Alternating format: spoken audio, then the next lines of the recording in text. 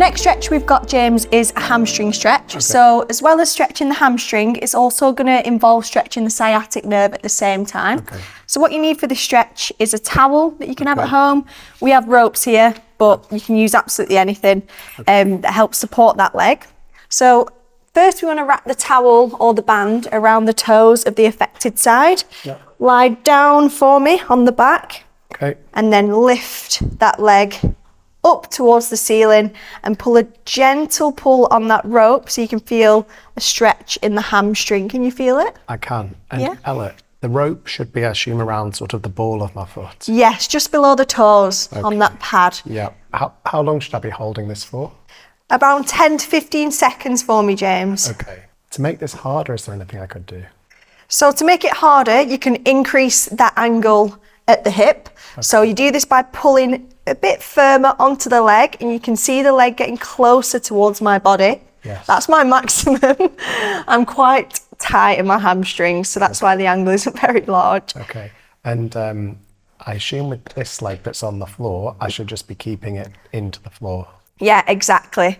If you want to make it a little bit easier, you can bring that other leg up towards the chest. Can you feel that? I do, and I think that allows the leg to come back a bit further. Yeah. But it does loosen the stretch a little bit, I think. Yes. So whichever feels most comfortable for you, you can have the opposite leg in a lying position or bring it towards the chest. Okay, okay. Okay.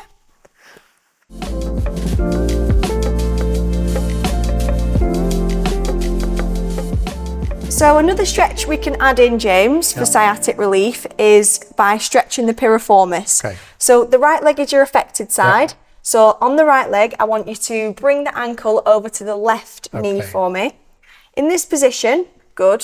It's almost like a figure of four. Yes. Can you see with your legs? Yep. And I want you to grab the unaffected side behind the thigh and bring that thigh towards the chest so that you feel a nice stretch on that affected leg. And it should be around this area. Yeah, I was going to ask, where should I be feeling it? Around the glute. The piriformis is within the glute. Okay. So you should be feeling it almost down the side of the leg there. To make this harder, Ella, is there anything I could do?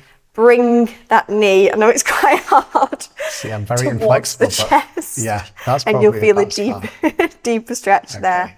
To make it easier, relax off and bring the knee away. Definitely, as I'm sort of bringing that knee in, I can feel more of a stretch around here.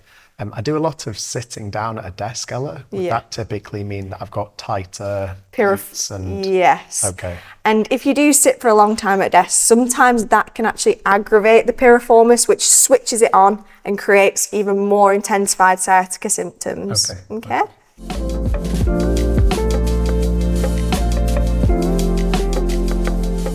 So this is an instant relief for that sciatic pain you've got in your right leg, James. Okay. So what I want you to do, grab two chairs, sitting on the first chair, I want you to bring this ankle up so that it's just holding only on the opposite chair in front of you, okay? Okay. To make it a little bit harder, what I want you to do is move this ankle. Right. So first, we're going to point these toes away from you. Okay. And then bring them towards your body. As you're doing this, I want you to follow the same plane of motion with your chin. So, as the ankle points, so does your chin tuck. And as your ankle points towards the face, you look up to the ceiling. Wow, I can really feel that down the back of my leg. Yes, and that is the sciatic nerve.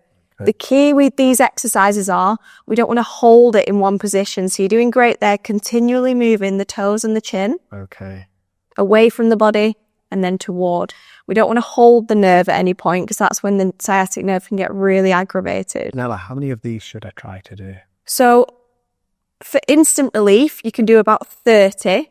Oh, right. But yeah, 30 in one go. You can rest between, feel free to. But the key is to do these around 3 times a day to really get benefit from them. Okay. Perfect.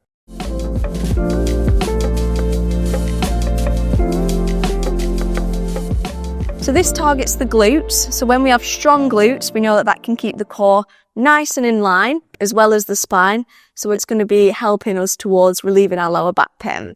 So if we want to go down with our backs on the floor for me, again, heels towards the bum, just so that the knee is at about 90 degrees of flexion. From here, I want you to bring the pelvis up.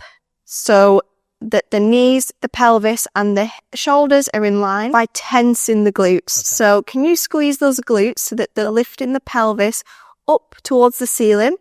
The top point of the movement is where the pelvis, the knees and the shoulders are in a nice straight line. Yep. So there's no curve of the back. Okay. And there's no U of the spine, okay?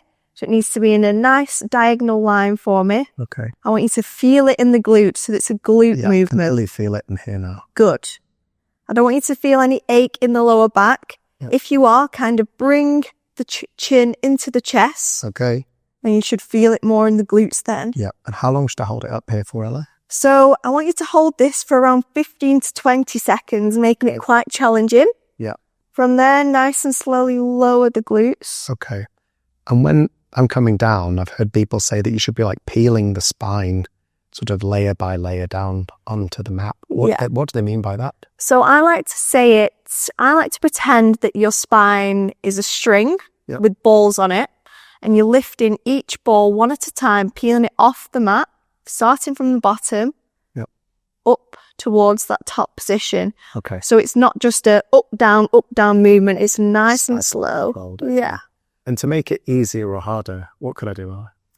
First of all, to make it easier, just hold it for a less amount of time. So instead of 15 to 20 seconds, it could be 5 to 10 seconds. So we'll do that now. 5, 4, 3, 2, 1, and then down. Yep. Okay, continuing with the reps. Yep. And to make it harder, what we can actually do is a single leg variation. Okay. So when you're in that top position, I want you to lift one of your legs so that it's in line. The knee, the hip, and the shoulders are in line, and you'll feel it in that left-hand glute if your right leg is up, okay? Sometimes, Ella, I'm feeling it in the back of my leg at the hamstring. Yeah. Is that meaning that I'm not switching my glute on enough? So, if you're feeling it in the hamstring, just move those toes away from the glute a little bit further, and then you should feel it a little bit more in the glute. Oh, yeah. Yeah? Yeah. Perfect. If your heels are too close to the pelvis or too close to the hips, you'll feel it more in the top part of the quads. Okay. If they're further away, you're more likely to feel it in the hamstrings and the glutes. Okay. Okay? Yeah, Perfect. These exercises work best when done little and often, once or twice a day. Only move within what your pain allows and build up gradually. If you've got any worsening pain, stop. And if you've got any concerns with new weakness, numbness, or loss of sensation, please see your healthcare provider. Remember, some days are going to feel easier than others, and that's completely normal. Gentle, regular movement will help you stay mobile and resilient. Even 10 minutes a day can make a meaningful difference over time. If you have any questions or queries, please leave them in the comment section below. And if you found this video helpful, then why not check out the next video here?